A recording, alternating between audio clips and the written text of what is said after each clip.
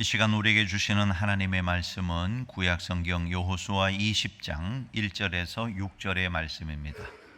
여호수아 20장 1절에서 6절의 말씀을 한 절씩 교독으로 봉독하시겠습니다.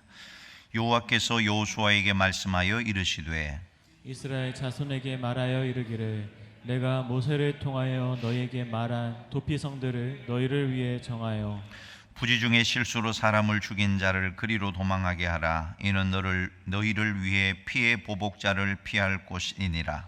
이 성읍들 중에 하나에 도피하는 자는 그 성읍에 들어가는 문 어귀에 서서 그 성읍의 장로들의 귀에 자기의 사건을 말할 것이요 그들은 그를 성읍에 받아들여 한 곳을 주어 자기들 중에 거주하게 하고 피의 보복자가 그의 뒤를 따라온다 할지라도 그들은 그 살인자를 그의 손에 내주지 말지니 이는 본래 미워함이 없이 부지 중에 그의 이웃을 죽였음이라.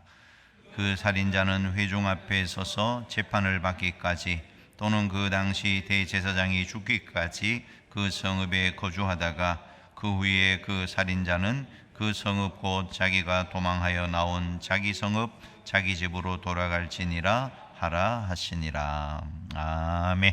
도피성 되신 예수 그리스도, 이런 제목으로 말씀을 전하려고 합니다. 누군가가 이렇게 말합니다. 욕심을 버리는 과정이 인생의 과정이다. 욕심을 버릴 때 마음도 가벼워지고 자유로워진다는 겁니다. 나이가 들었는데도 늘 유쾌하게 즐겁고 젊게 사는 분의 비결을 물어보니까 공통적으로 하는 말이 약간 모자라게 사는 겁니다. 이기려 하지 않고 지면서 살고 손해보면서 사는 거예요. 그러면 마음이 편안하답니다. 욕심을 버린 겁니다. 우리 위장에 음식을 가득 채우지 않고 약간 비워두면 위가 편하듯이 욕심을 버리는 게 중요하다는 거예요. 토지의 작가 소설가 박경리 선생이 암으로 죽기 전에 자기의 죽음이 다가옴을 알고 이렇게 고백을 합니다. 아, 버리고 갈 것만 남아서 참 홀가분하다. 죽음을 앞두고 완전히 비워버린 것입니다. 그렇습니다. 우리가 나이가 들수록 욕심을 버리면서 살아야 돼요. 그래야 중요한 일에 집중할 수가 있고 나의 행복을 지킬 수가 있습니다. 요즘 교보문고의 베스트셀러 중에 렛댐 이론이라는 책이 있어요. 렛댐, 그들을 내버려둬라, 그런 내용입니다. 그리고 렛미, 내가 할 걸 하라. 멜 로빈스가 쓴 책인데 지금 전 세계적으로 각광받고 있는 자기계발서 중에 최고의 책으로 지금 베스트셀러가 됐어요. 그게 뭐냐 하면 내가 통제할 수 없는 다른 사람의 생각, 말, 행동에 에너지를 낭비하는 대신에 내가 통제할 수 있는 나 자신에게 에너지를 쏟아부어야 된다, 그런 것입니다. 자, 우리는 무엇보다도 욕심도 버려야 되지만 우리의 죄를 버려야 되는데 이 죄를 버릴 곳이 있어야 하는데 세상에는 없어요. 죄의 짐을 아무데나 내려놓을 수도 버릴 수도 없습니다. 그런데 우리는 어때요? 살아가면서 부지불식간에 죄를 짓고 살아간다 하는 것입니다. 우리가 그동안 살아오면서 범했던 허물과 실수와 죄를 생각하면 정말 하나님 앞에 심판받아야 마땅한 것입니다. 사탄 마귀는 끊임없이 정죄의 화살을 우리에게 쏘아댑니다. 정죄하는 거예요. 우리가 예수 믿기 전에는 그렇게 죄책감 속에서 살아왔어요. 그런데 예수를 믿고 우리의 삶이 변한 것입니다. 왜요? 예수님이 우리의 도피성이 되시기 때문에 그런 것입니다. 오늘 본문에 보면 여호수아가 이스라엘 백성들에게, 하나님께서 여호수아에게 이스라엘 백성들을 위해서 도피성을 만들어라. 이 여호수아서를 보면 하나님께서 크게 세 가지를 여호수아를 통해서 이스라엘 백성들에게 명령합니다. 가나안 땅을 정복하라, 정복한 그 땅을 분배하라, 그리고 마지막으로 도피성을 만들라. 그 시점이 주목할 필요가 있어요. 자, 이제 표면적으로 보면 가나안 정복이 끝이 난 것입니다. 여호수아 19장 마지막 절에 보면 땅 나누는 일을 마쳤더라. 사역의 마침표를 찍고 있어요. 이제 가나안 땅에 들어가서 땅을 다 정복했고 땅도 다 나누었고 모든 사역이 마쳤으니까 우리나라 소설 동화의 끝이 뭐죠? 그리고 행복하게 살았더라. 그래야 될 텐데 이스라엘 백성들의 예상과는 달리 하나님께서 이 거룩한 가나안 땅에 살인이 있을 것을 예고하신 것입니다. 그리고 도피성을 만들라고 말씀하십니다. 이 도피성은 피난처와 같은 곳이에요. 도피성을 히브리어로는 이르 미클라트, 받아들이는 곳, 살인자도 죄인도 받아들이는 곳. 바로 이 도피성은 예수님을 예표하는 것입니다. 오늘날 하나님의 도피성은 예수예요. 그래서 교회의 머리가 예수님이기 때문에 교회는 도피성인 것입니다. 세상의 모든 상처받은 사람들, 실패한 사람들, 병든 사람들, 세상에서 버림받은 사람들, 손가락질 받는 사람들이 모여드는 곳이 교회인 것입니다. 인생을 살다가 정말 감당하기 어려운 힘들고 고통스러운 일을 만날 때, 한계를 느낄 때 가장 안전한 품이 예수 그리스도라는 도피성이다 하는 것입니다. 이 도피성 제도는 하나님께서 생명을 귀중하게 여기기 때문에 만들어 주신 제도입니다. 이 도피성 제도가 뭐냐 하면 무죄한 자가 억울하게 보복당하지 않도록 불필요한 살인을 방지하도록 하는 데 목적이 있었다는 것입니다. 그 당시 이스라엘 백성들은 눈은 눈으로 이는 이로 갚으라는 율법, 동해보복법이라는 그 율법의 지배를 받고 있었어요. 그래서 만일 가족 중에 한 사람이 죽임을 당하면 그 가족들이 가문이 모여서 피해 복수자를 지명을 합니다. 지명받은 그 사람은 그 가족을 죽인 살인자를 따라가서 복수의 살인을 해야만 하는 것입니다. 어떻게 보면 잔인한 것 같지만 이 율법이 주는 교훈은 뭐냐? 그만큼 인간의 생명이 귀중하다는 것, 귀하게 여겨야 된다는 것을 강조하는 법이라는 것입니다. 다시 말하면 인간의 생명은 어떤 세상의 방법으로도 보상할 수 없을 만큼 귀중하다는 것입니다. 예수님 뭐라고 말했습니까? 한 영혼이 온 천하보다 귀하다. 그런데 요즘 세상은 생명의 가치를 우습게 여깁니다. 돈 몇 푼 때문에 사람을 아주 쉽게 죽이는 세상이 되었어요.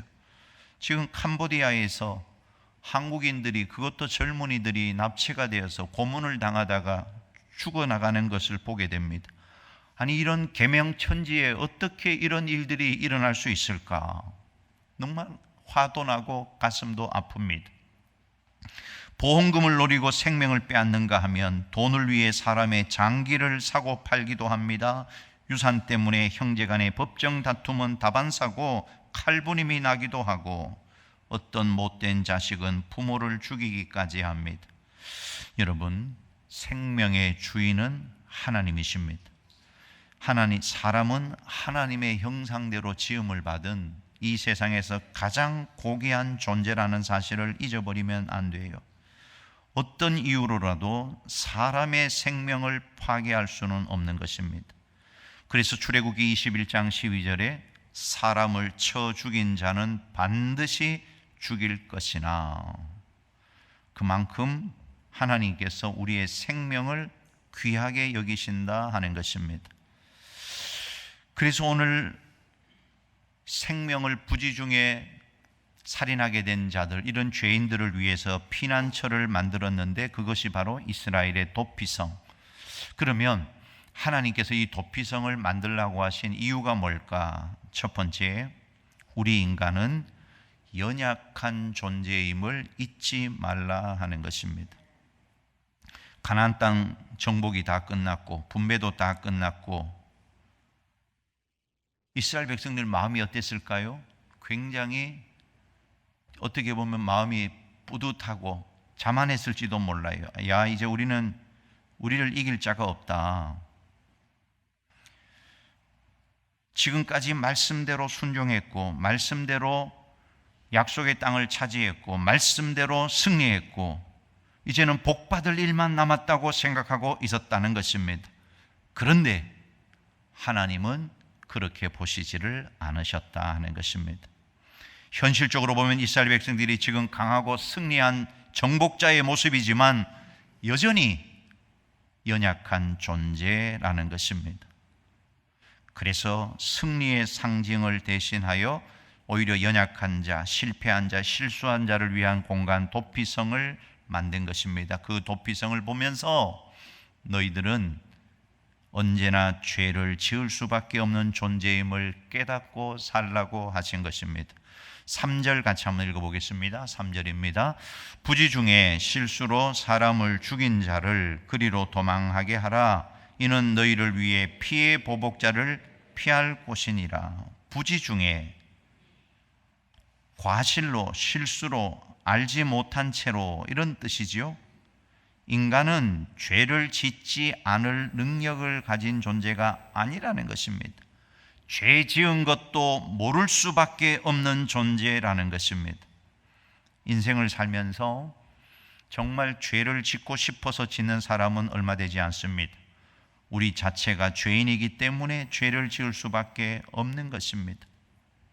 우리 모두 다 좋은 성도로 살고 싶고 좋은 부모가 되고 싶고 좋은 사람이 되고 싶고 그 마음이 우리 안에 다 있잖아요.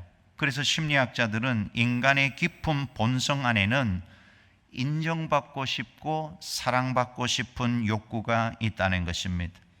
그러나 어때요? 실제로 우리가 인생을 살면서 실수도 하지 않고 죄도 짓지 않고 인정받고 사랑받고만 살 수 있는 방법이 없다 하는 것입니다. 불가능하다는 거예요. 인간은 조금만 많이 가지면, 조금만 많이 알면, 조금만 높아지면, 조금만 직분을 갖게 되면 자신이 완전하고 대단한 존재인 것처럼 착각하고 살아간다는 것입니다.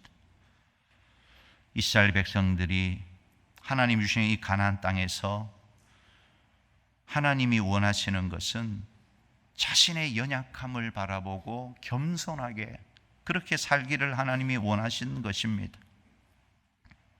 성경에 보면 위대한 일을 한 사람도 놀라운 능력을 가진 사람도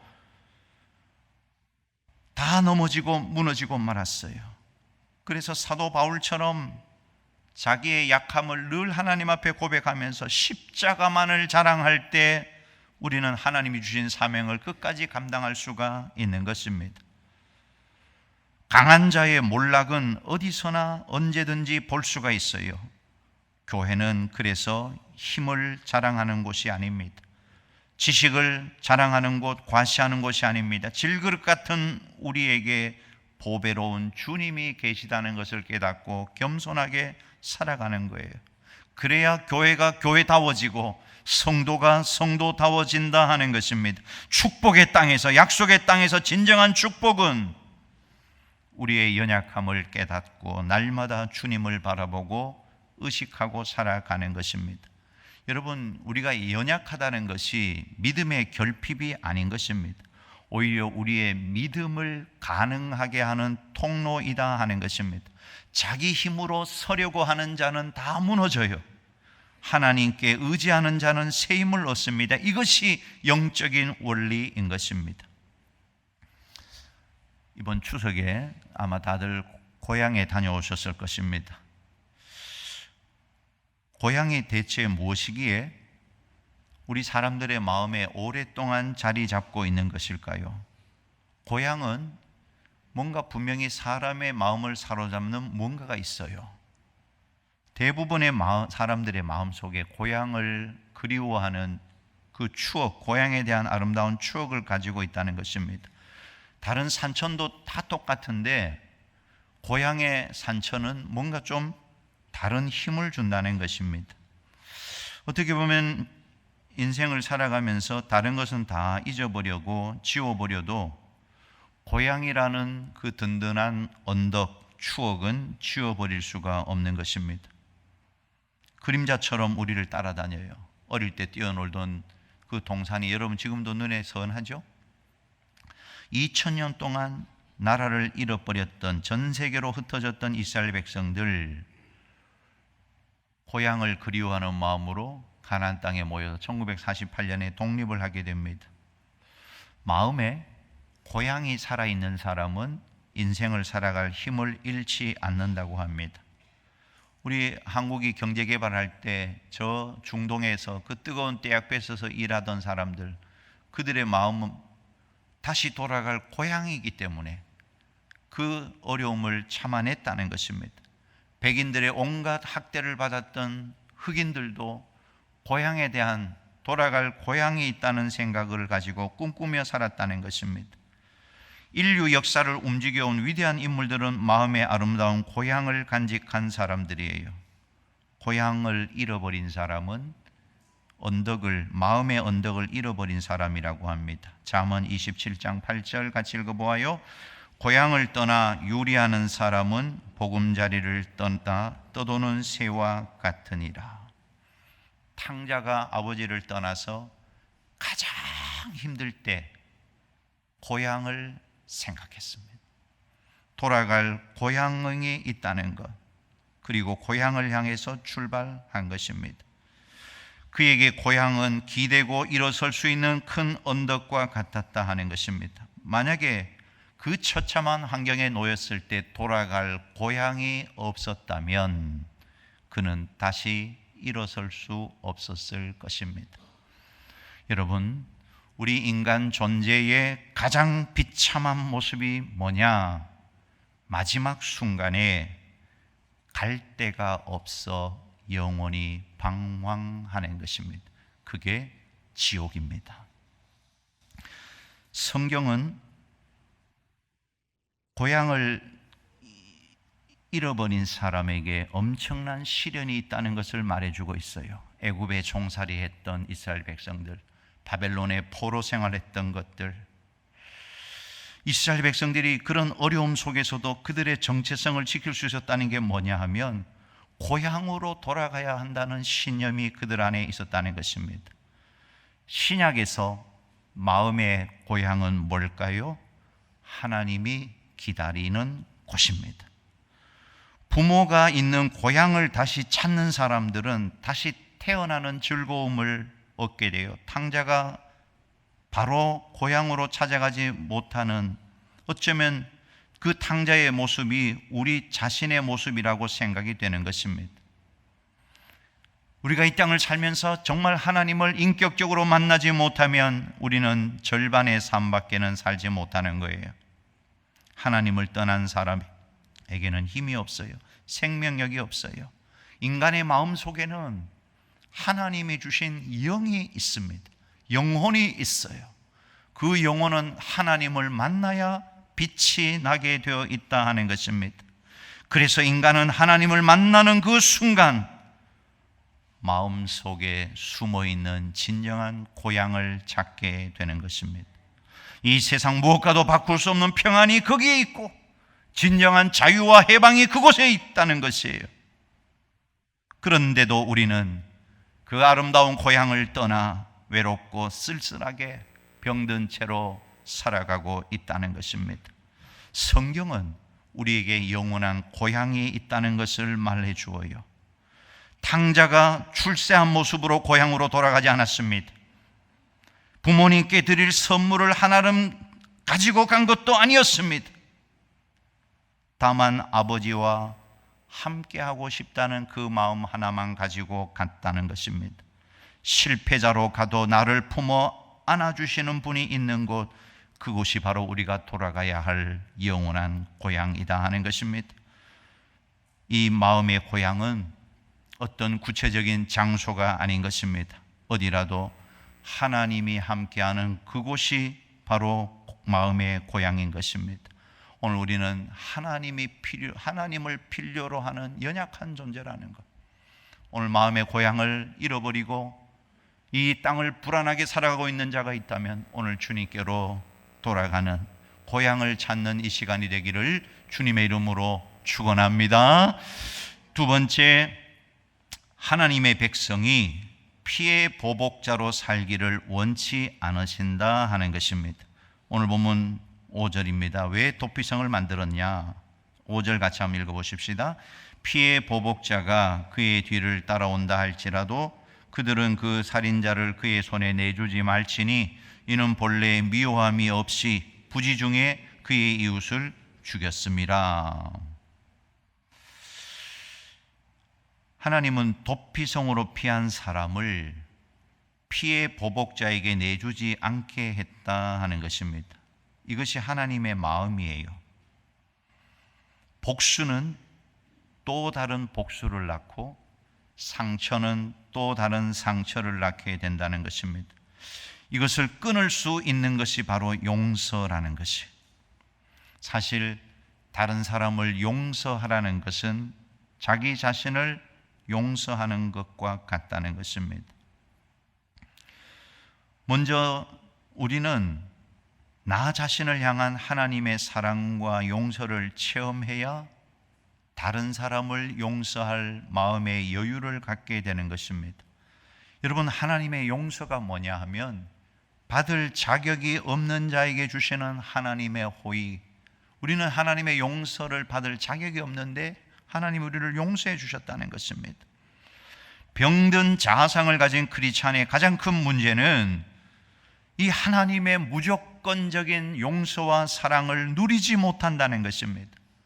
그리고 그 결과로 다른 사람에게 이 주님의 선물을 나누어 주지 못한다는 것입니다. 용서하지 않으면 나 자신이 메어버리게 됩니다. 용서하지 않으면 내가 그 사람의 정신적 노예가 되어버립니다. 그 결과 모든 영역에서 자유를 누리지를 못하는 것입니다. 영적으로 정서적으로 묶여있는 상태가 되기 때문에 그런 것입니다. 그래서 우리는 용서해야 합니다. 자신의 행복을 위해서라도 용서해야 합니다. 하나님은 그의 백성이 보복을 하거나 원수를 갚는 것을 원치 않으십니다. 하나님이 뭐라고 말씀합니까? 원수 갚는 것은 나에게 있다. 나에게 맡겨라. 여러분, 인간의 분노는 정의를 세우지 못합니다. 오히려 또 다른 죄를 낳고 만다는 것입니다. 진정한 정의는, 진정한 공의는 공의로우신 하나님께 속한 일이다 하는 것입니다. 지금 이스라엘 백성들 그 율법과 문화의 전통은 뭐냐 하면 상대가 나를 죽이면 나도 가족 중에 한 사람이 피해 보복자가 되어서 그 살인자를 죽여야 하는 것입니다. 지금도 이 풍속이 뿌리 깊게 아랍권에는 자리 잡고 있기 때문에 중동의 전쟁이 그치지 않는 것입니다. 지금도 이슬람권에는 이 동해 보복법, 이에는 이로, 눈에는 눈으로 이 법이 통하고 있는 것입니다. 하나님은 이런 새로운 가나안 땅에 그들의 복수극을 염려해서 이 도피성 제도를 허락하신 것이에요. 불의의 사고로 살인한 자가 도피성으로 피해서 들어올 수가 있는 것입니다. 복수자가 뒤쫓아오더라도 일단 그 성 안에만 들어오면 해할 수 없도록 만들었어요. 그 성 안에는 레위인들이 삽니다. 하나님을 섬기는 레위인들이 살고 있어서 살인자를 보호해주고 공정한 재판을 받도록 보장해 준다 하는 것입니다. 만약에 재판하는 과정에서 고의성이 드러나면, 사전에 모의를 하고 계획적으로 살인을 했다면 그 도피성에서 쫓겨나야 하고 처형을 당하게 된 것입니다. 그러나 실수로 죄를 지었다면 그 사람의 생명을 보호받게 되는 것입니다. 그러면 도피성 안에 들어간 사람은 평생 그곳에서 살아야 되는가? 한 번의 기회가 있어요. 오늘 성경에 보면 대제사장이 죽으면 그 도피성을 떠나도 된다는 것입니다.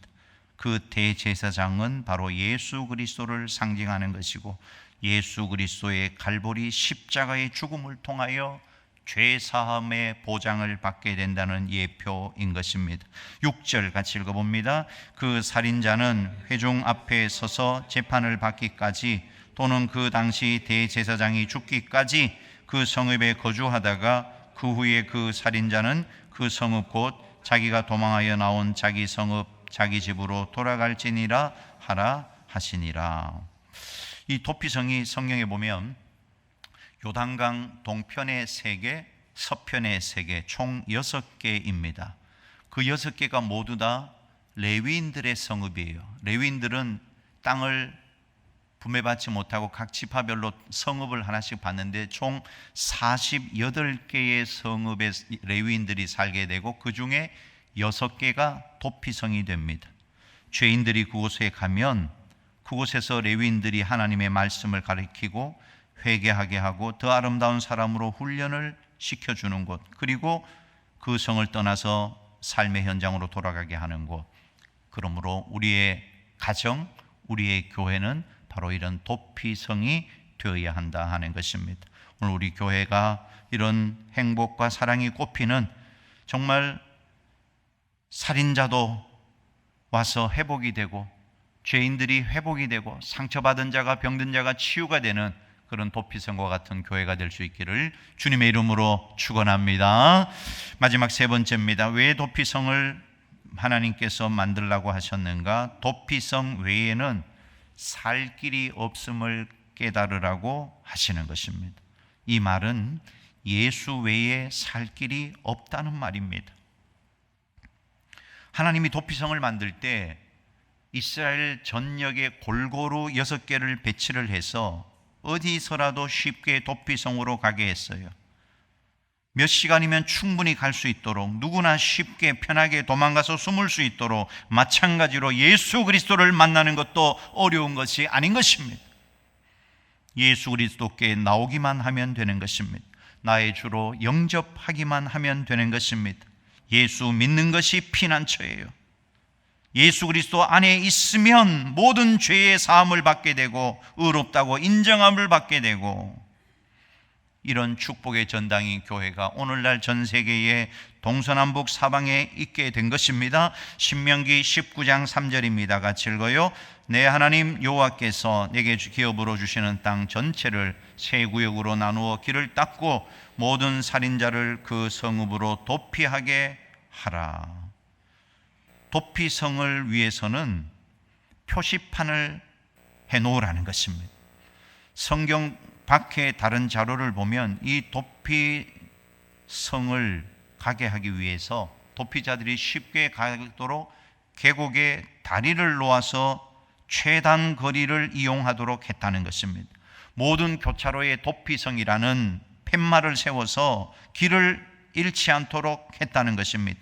도피성의 문은 항상 열어놓았다는 거예요. 당시 성읍들은 문을 닫아놓습니다. 밤에는 다른 적들이 들어오지는 않는가, 도둑이 들어오지는 않는가, 해치는 자가 들어오지는 않는가. 그런데 도피성의 문은 항상 열어놓았다는 것입니다. 예수님의 품도 항상 열려 있는 것입니다. 요한복음 6장 37절 같이 읽어요. 아버지께서 내게 주시는 자는 다 내게로 올 것이요 내게 오는 자는 내가 결코 내쫓지 아니하리라. 여러분, 인간의 죄를 없앨 수 있는 방법이 없습니다. 우리에게는 없어요. 아무리 여러분이 공로를 많이 쌓아도, 덕을 많이 쌓아도, 선한 일을 많이 해도, 고행을 하고 수행을 해도 불가능합니다. 그런데 하나님께서 우리에게 한 성을 제시하시고 그 성에 들어가면 구원을 받을 수 있다는 것입니다.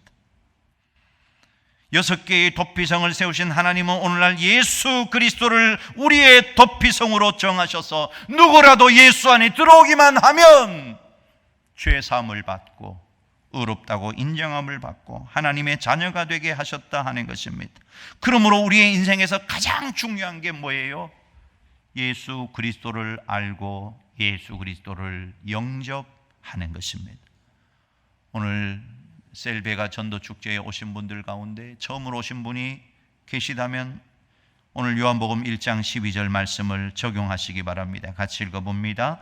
영접하는 자, 곧 그 이름을 믿는 자들에게는 하나님의 자녀가 되는 권세를 주셨으니, 예수님을 알고 예수님을 영접하고 그 이름을 믿는 자는 누구나 하나님의 자녀가 된다는 것입니다.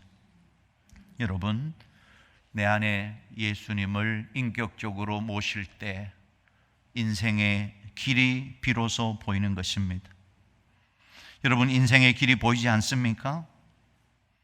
뭔가 앞길이 열리지 않고 갈 바를 알지 못해서 답답한 인생을 지금 살고 계십니까? 답은 간단합니다. 예수 그리스도를 알면 길이 보입니다. 예수가 길입니다. 예수가 길입니다. 왜 여러분이 답답한 인생을 사는지 이유를 아셔야 합니다. 예수님을 인격적으로 마음에 영접해야 돼. 지식적으로, 교리적으로가 아니라 주님은 내 안에 영접을 했다면 우리 안에 주님은 항상 우리의 앞길을 인도하고 계시기 때문에 그분의 인도를 따라가야 하는 것입니다. 예수님은 문을 열어놓고 기다리고 계십니다. 오늘도 우리는 그 품 안으로 들어가야 해요. 예수 안에 거하라. 그리하면 주님이 열매를 맺게 하십니다. 주님이 함께하지 않으면 우리는 아무것도 할 수 없는 존재라는 사실. 예수는 하나님의 선물입니다. 우리를 바른 길로 인도하는 축복의 선물이에요. 구원받을 때도 예수님이 필요하고 일생을 살아가는 동안에도 예수님을 따라가는 것이 신앙생활인 거예요. 예수 믿을 때만 예수님 필요한 게 아니고요, 우리의 범사에 예수님의 인도를 따라가는 것이 중요합니다. 세상에 수많은 종교가 있어요. 그러나 진정한 종교와 진리는 무엇일까요? 그것은 인류의 죄와 죽음의 문제를 해결해 주어야 진정한 종교요 진리가 된다는 것입니다. 그런데 세상의 모든 종교는 죄사함과 용서를 받는 방법을 가르쳐 주지 않습니다. 어느 종교를 들여다보아도, 고대 근동의 신화를 다 봐도 죄 용서와 구원이 없어요. 여러분, 부처가 죄의 문제를 해결해 주었습니까? 공자가 해결해 주었습니까? 오직 기독교만이, 예수님만이 우리의 죄를 용서하시고 죄의 문제를 해결해 주셨다고 말씀합니다. 죽음의 문제도 마찬가지. 이 세상의 어떤 종교도 죽음의 문제를 해결하지 못해요. 그러나 예수님만이 죽음의 문제를 해결하신 구원과 영생의 길이며 영원한 인류의 소망이 되신다 하는 것입니다. 인생을 살다 보면 피할 곳이 없는 절박한 상황에 처할 때가 있다 하는 것입니다. 세상에 길이 없는 것처럼 보일 때가 있다는 것입니다. 그래도 여전히 살 길이 있습니다.